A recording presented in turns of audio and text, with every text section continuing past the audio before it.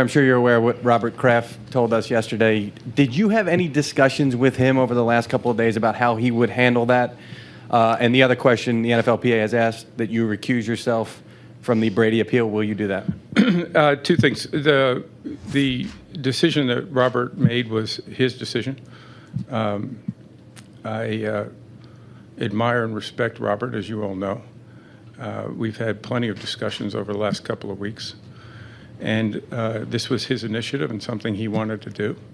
And I certainly admire the step he took. We may disagree on things, but that's not unusual. That happens. Your second question was on... Yeah, I've been focusing on the meetings. I'm not up to date on that other than the fact that I'm aware of that. We obviously, when we get back tomorrow, we will focus that, give it full due consideration, and make sure that we do the appropriate thing. I'll come back to you. Roger, will Robert Kraft's decision for the Patriots to accept their penalties in any way affect Tom Brady's appeal and your hearing of it? No. Yes.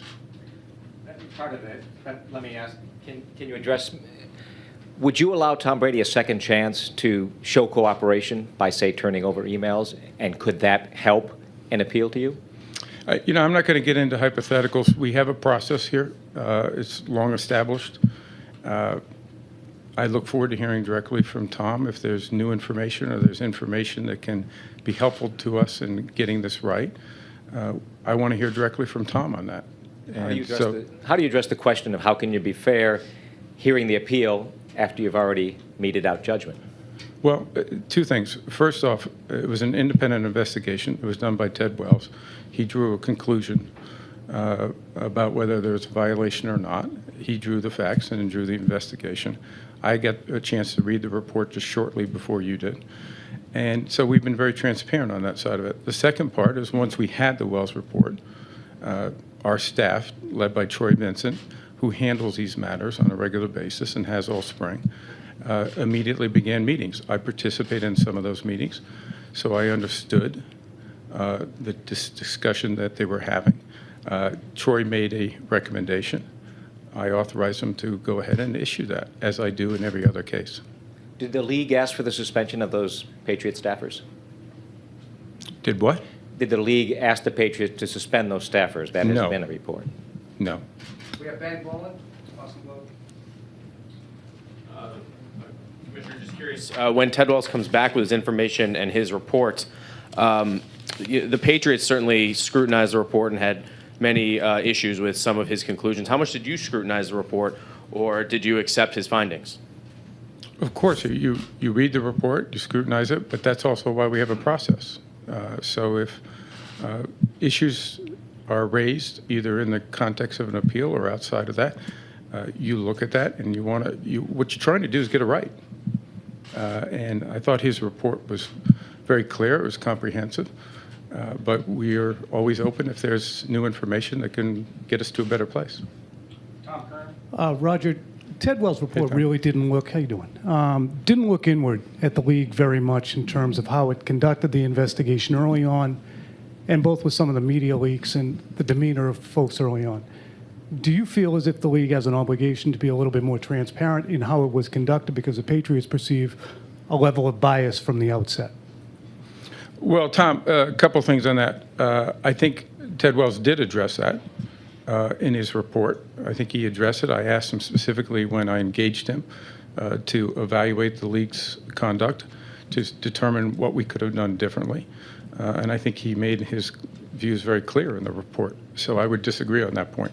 That is something that whenever we have an incident, we look at it, we see what could we have done differently, how could we improve, and we'll continue to do that. The initial media leak of 11 of 13 balls, that kind of hung out there. I think that's really what. The initial what? The initial report of 11 of 13 balls, 11 of 12 balls being 2 pounds under, that seemed really to foment public agitation and media agitation.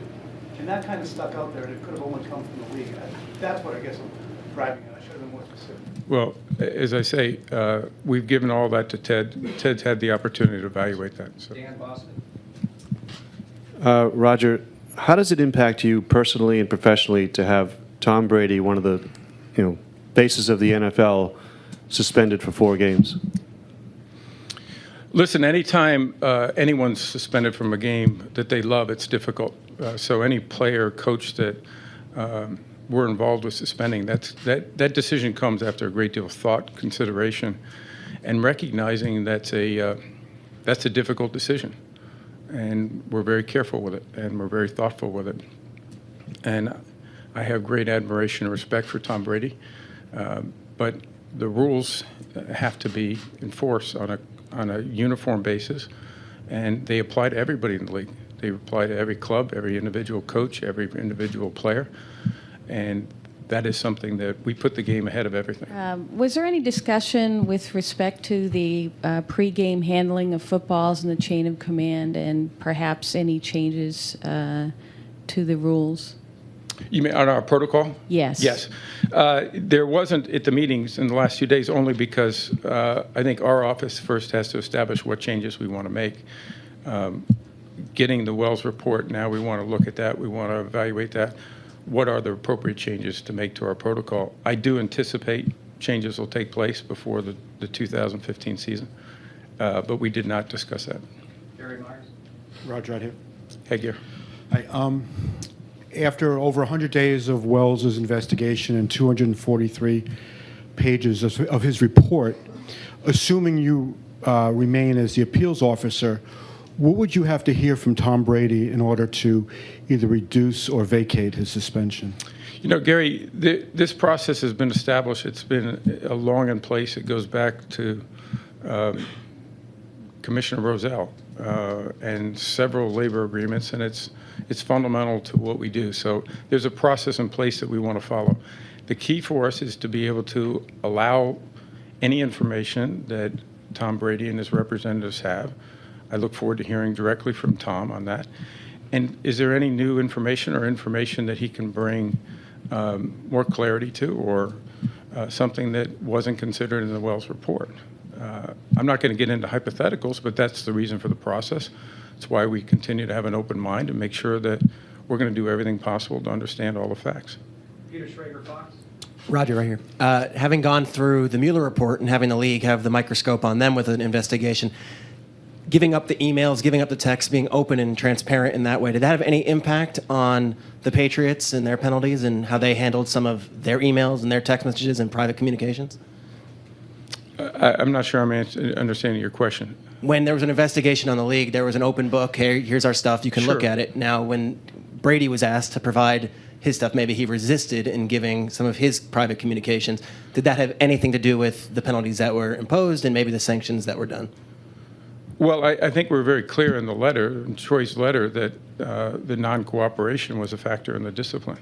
Absolutely. You point out in Director Mueller's investigation, there was full cooperation. He had access to every text, every email, every bit of communication that I had and that anyone in our office had. And there were no restrictions on that whatsoever. So we do expect to have that in investigations. It's an important part of it. And when there isn't full cooperation, that is certainly part of the discipline. Barry Weller. Where are you, Bear? Over here, Roger. Now that you've had the doesn't help Mueller me, but report, that's all right. I'm sorry? That doesn't help me the over here, but I got it. I got it. Now that you've had the Mueller report and the Wells report, do you expect that the league will continue to have independent investigators from any of your investigations? Is that something that we should expect in the future? And if so, why? Barry, I think we're going to do it when we feel it's necessary to do it. We had several other investigations that went on this spring, as you know, that had competitive violations of our rules and our integrity of the game rules with other clubs. They were done internally. They were not done independently. Tom raised earlier issues of independence, and we felt that it was appropriate to do that in the case of the Patriots, because we didn't want anyone to believe there was any bias. We let someone independently do that. The same thing's true with Director Mueller. There's no way that I can do an investigation on myself. That would not be appropriate. So when it's appropriate to do it, to have that independence, we're certainly going to do that. But we also will continue to handle these cases internally as we feel it can be done appropriately and fairly and justly. Bob Glauber. Where are you, Bob? Right here. Gotcha. Behind Barry works. Yes. That's all right. Has there been a day that has been determined to have the Brady appeal? And initially, when you were asked about the NFLPA's request to have yourself recused from the proceedings, you didn't really answer directly, but you've said twice now that you want to hear directly from Tom if there's any new evidence. So that sounds like you're gonna handle it. Well, Bob, I haven't been able to. I think the specific question that was asked is that I haven't had a chance to understand. I believe it came in yesterday. I've been focused on our league meeting. I said that when we get back tomorrow, I'll get due consideration, full consideration to that, and we'll handle it appropriately. So those are things that I just need to get back with our staff. I've been focused on the league meeting for 2 days. I do not know if there's even a date set for the hearing. I just have been focused on matters at hand here. Jared Bell, back corner. Oh, hi, Roger. Hi, Jared. Philosophically, why is it important for you to be the appeals officer for the Brady case as opposed to, as you've done in other situations, designated someone else to hear it? Well, Jared, one of the primary responsibilities for a commissioner is to protect the integrity of the game and to do what's right for the game of football. That's my job. And I made this clear at the Super Bowl. It's our job to determine if there's violations of our rules, of our policies, of our procedures, and to enforce those. And it's my job here to make sure that we're doing everything to protect the integrity of the game. We're protecting our policies, our procedures. We have a process that's been negotiated with the union in place. It's been in place for decades.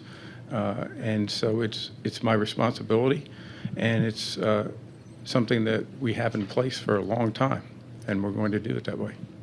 Unless there's some other factor that I'm not aware of, which we'll deal with. I haven't been able to see any of these issues that the union may have sent in the last 24 hours.